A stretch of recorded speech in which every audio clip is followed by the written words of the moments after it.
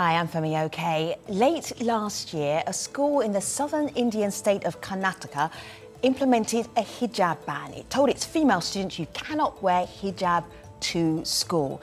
That ban spread to other schools in the southern state, and so did protests criticising it. So today on the stream, we are going to be unpacking the Karnataka hijab row.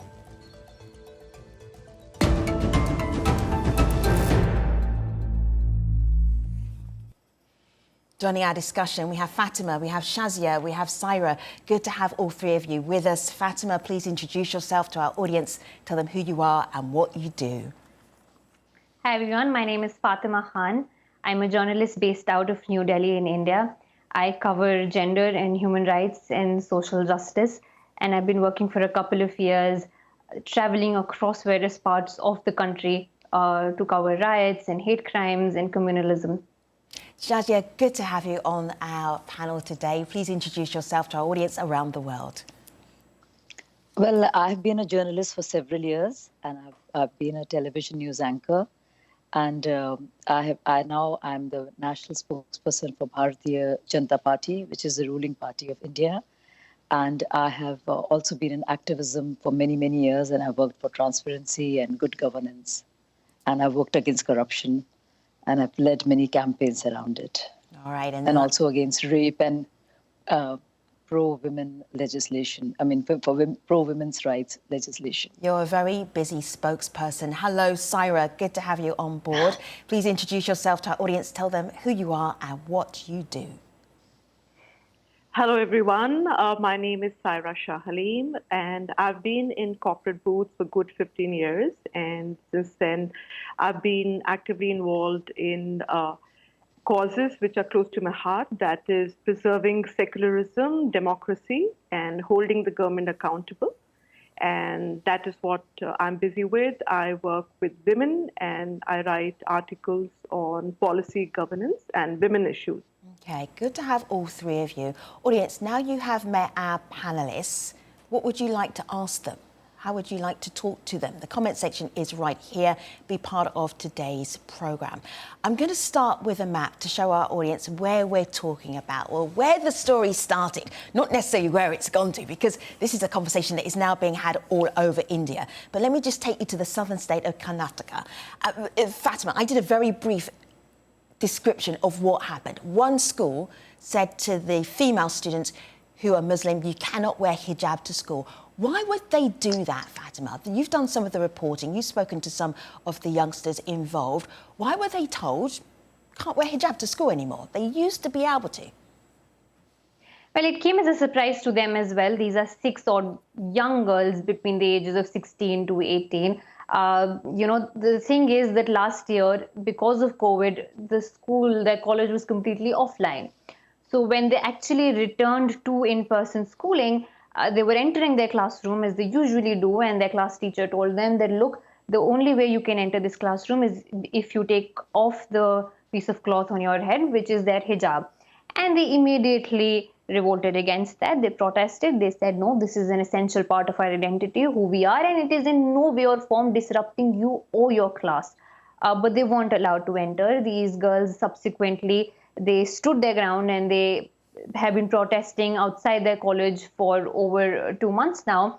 But what ended up happening is, because this eventually became national news, global news, it snowballed into something that no one actually saw coming, which is several other colleges across Karnataka having a similar law against Muslim girls wearing the hijab entering the university. I want to bring in one of those youngsters. Her name is Aisha, because as this whole story escalated, it's the youngsters who were wearing hijab, who no longer could wear hijab to school, who are really on the sharp end of this story. Here's Aisha. My friends, my non-Muslim friends, I lost them. They started hating us a lot. And one thing, I feel like to concentrate at least in my home, but I'm not able to concentrate even in the home. Whenever I sit to study, all this comes on my mind. I'll forget about. I don't know how to concentrate. I lost that. And my education. I want to be something and good. I should also earn something. And I should make proud to my parents. I have more ambitions, and I lost too many things, I can say, and I want my rights back. Sarah, I want to share something with you. This is a tweet that came into us a little bit earlier as our audience realised we were doing this show. On my laptop, Malik says, India is a secular democracy with a glorious past. Wearing a religious attire to school for children under 18 is itself wrong in the first place. School is a place where children learn equality, teamwork and uniformity. Religious dressing does not promote these values. Sarah, thoughts? So, see, I do not agree with this. Nobody is asking anyone to wear any religious markers to school. However, the discussion right now is whether the hijab is intrinsic to Islam or not. So, see, I have done my schooling primarily in a Christian missionary school, and then a Christian missionary college, and then a boarding school with strong Christian ethos.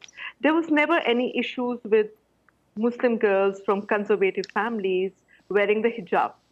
And whenever any new rule is read out, it's done in the beginning of the academic year.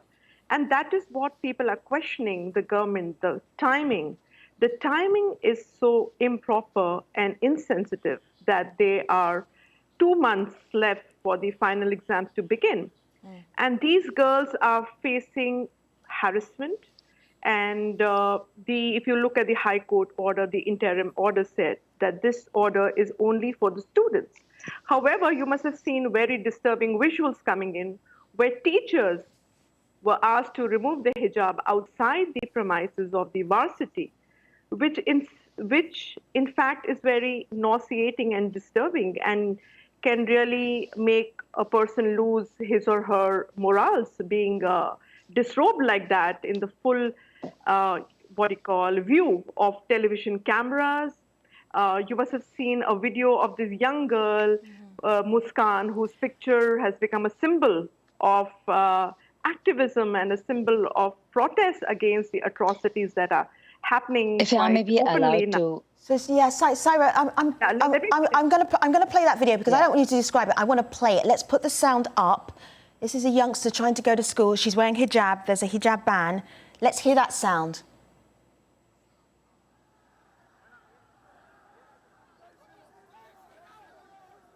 The crowd is yelling at her. Young men are yelling at her. Go ahead, Shazia. What did you want to say?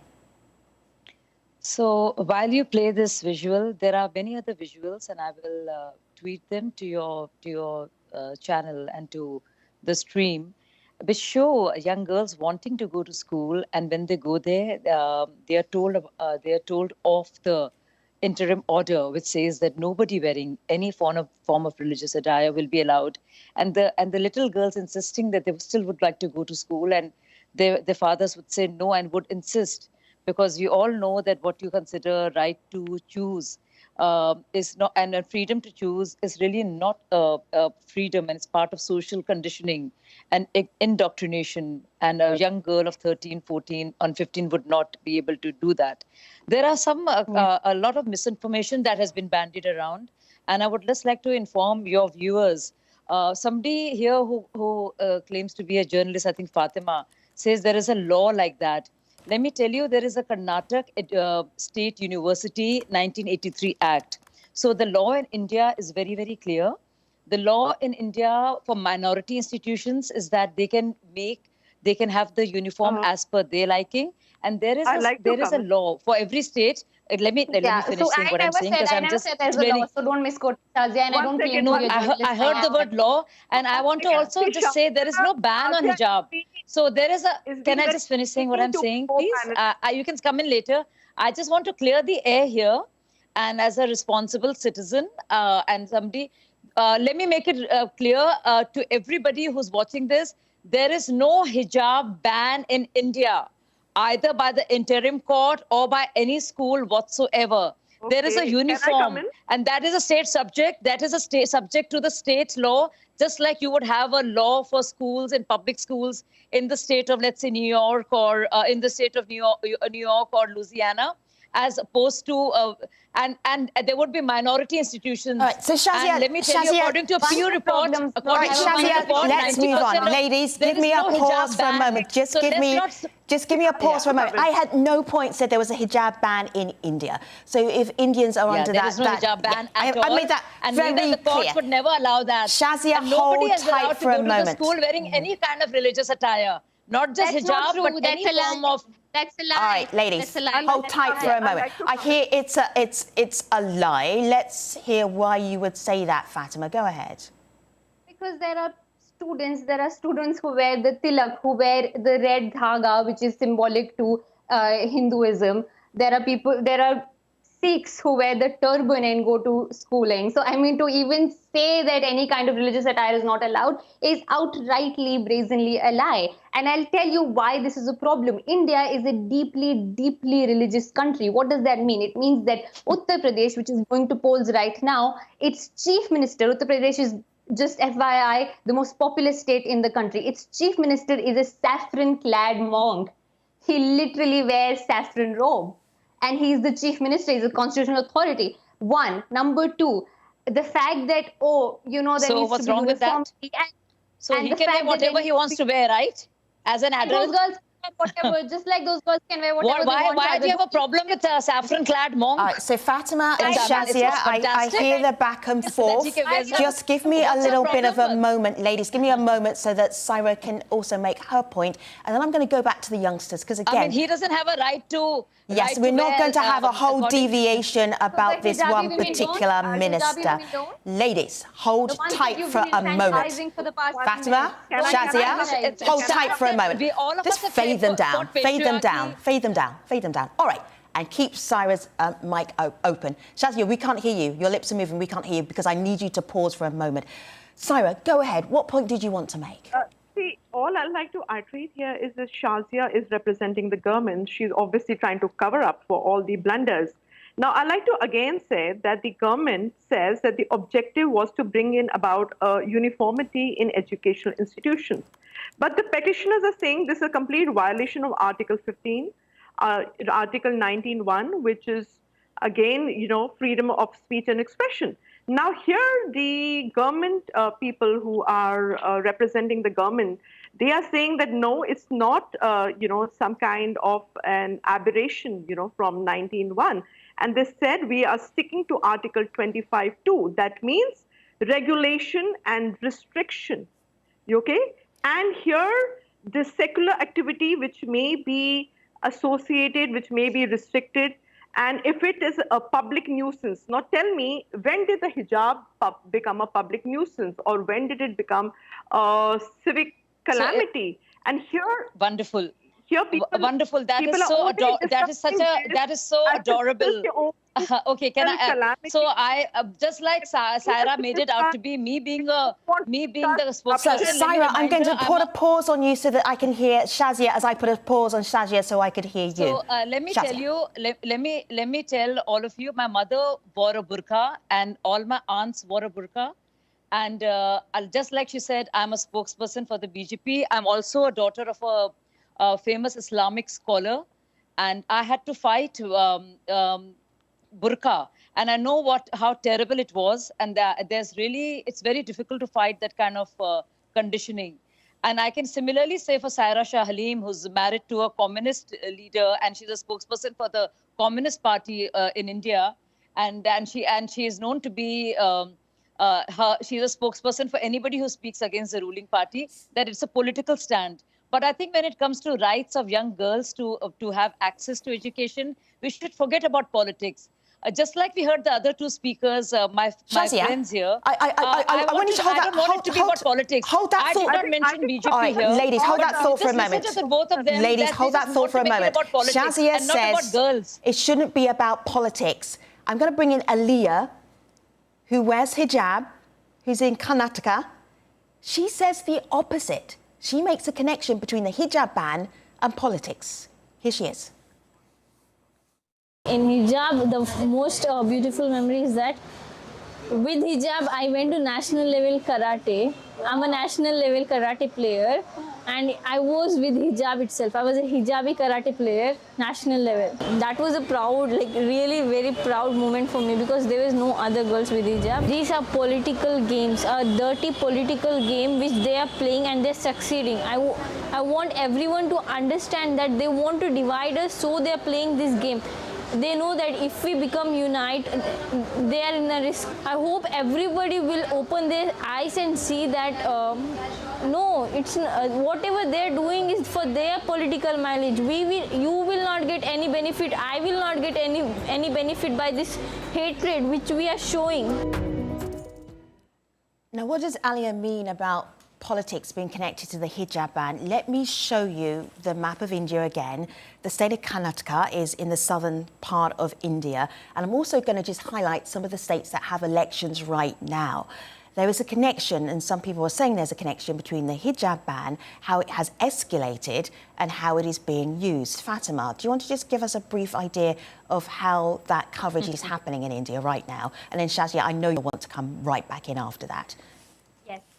Very quickly, 3 brief points. Okay, the conversation unfortunately has shifted, and I'd urge you, Femi, to not allow it to shift to some kind of a feminist argument, because I can assure you the 30-odd young men you saw in that visual harassing Muskan, wearing saffron shawls, they are not feminists. They're literally bullying and harassing her. So in no way or form should we make this out to be some conversation between choice and conditioning. That debate has existed in classrooms for decades now, and it will continue to. And it is a valid debate. But to even suggest that these men in this visual are some sort of purveyors of feminist values would be a lie. These girls, you heard Alia right now talking about how she's a hijab-wearing karate champion.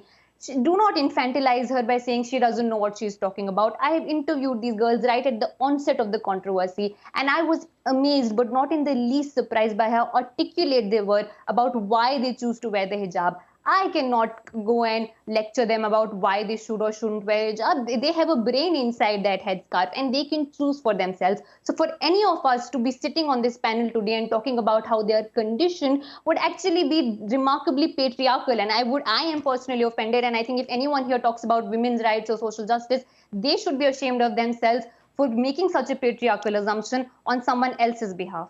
Shazia, I am going to give you a video comment to have a listen to and respond to immediately. This is Navya Singh. No, I would not like to listen to it, Femi, if you could allow me to speak. It's part of our discussion. Do not, because I want to comment on what has just been said.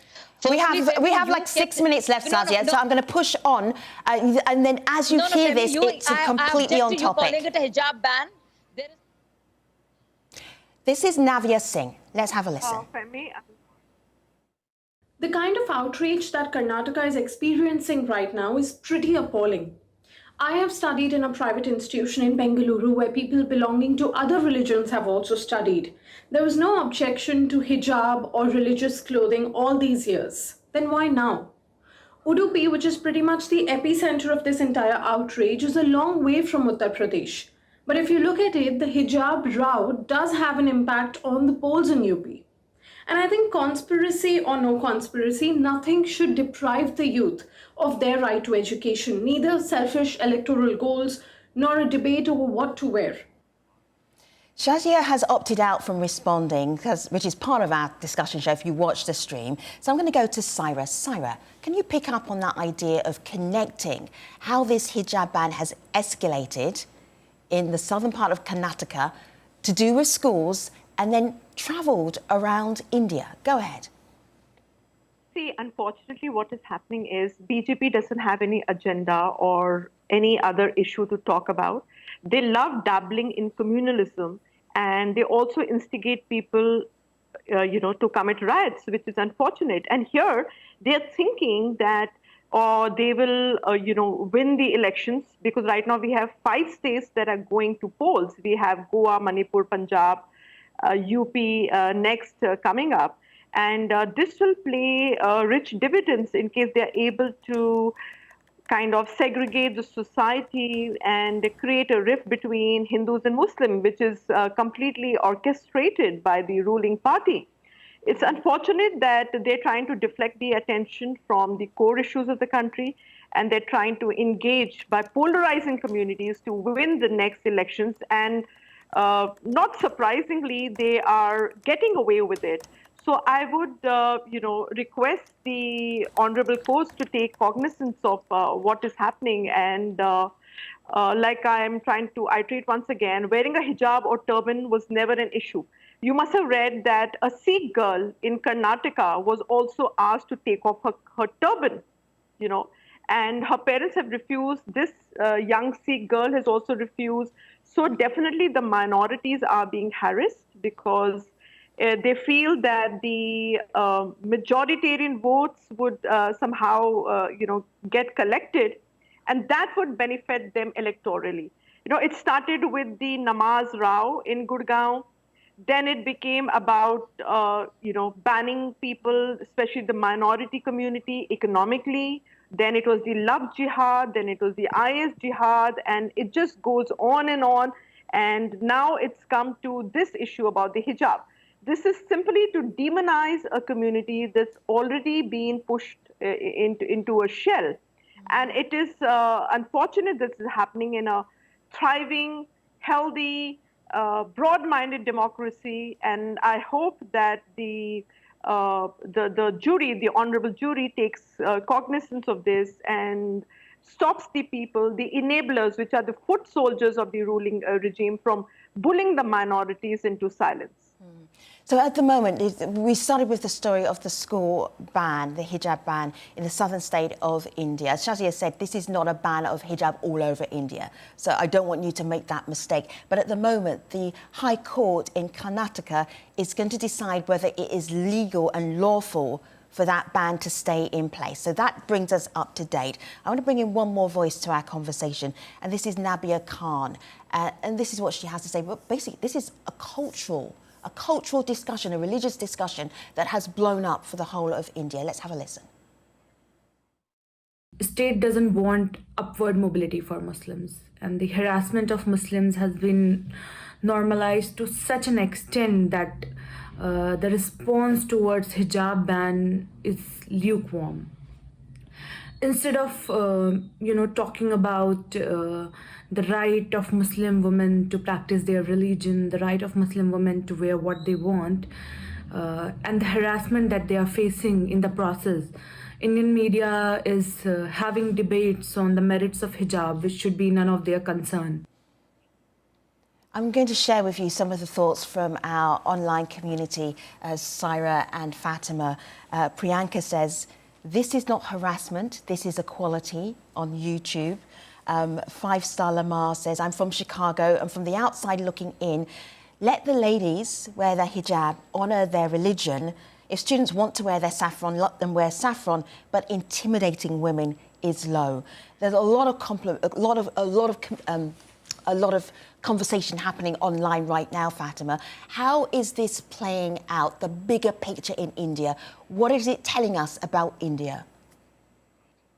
It's telling us that we are going down a very, very dangerous road. What I choose to wear is a fundamental right. It is not up for debate. It is not up for debate on Al Jazeera or any other channel. It is not okay that here we are talking about whether or not these women should be allowed or not allowed to wear the hijab. It is bizarre to me that we even need to have this conversation. I don't know if you saw this visual. Miles away from Karnataka, there's another state, Bihar, joining Uttar Pradesh, where a middle-aged woman who's been wearing the hijab all her life, she went to a bank that is her bank, she has an account there, and the person sitting in the bank said, no, you will not be allowed to access your account today because you're wearing the hijab. This is how you normalize hate. So some Muslim woman sitting in some other corner of India, completely supposedly unrelated to this, imagine she is a young Muslim woman wearing the hijab and she plays these visuals. She sees these visuals playing out. Imagine the impact this will have on her psyche. It will absolutely traumatize her, that I cannot even become a doctor, engineer, whatever I want to. I cannot pursue my higher studies. I cannot go on to be what I want to be because I live in a country that will not allow my fundamental rights. Thank you, Fatima. Thank you, Saira. And also, thank you to Shazia, who decided she no longer wanted to be part of this conversation, although she did contribute quite a lot in 2/3 of it. Shazia, you're always welcome back to the stream. I just also have to allow me to host the stream as well as having your energetic conversation as well. Hopefully we'll see you on another edition. For now, thanks for watching. See you next time.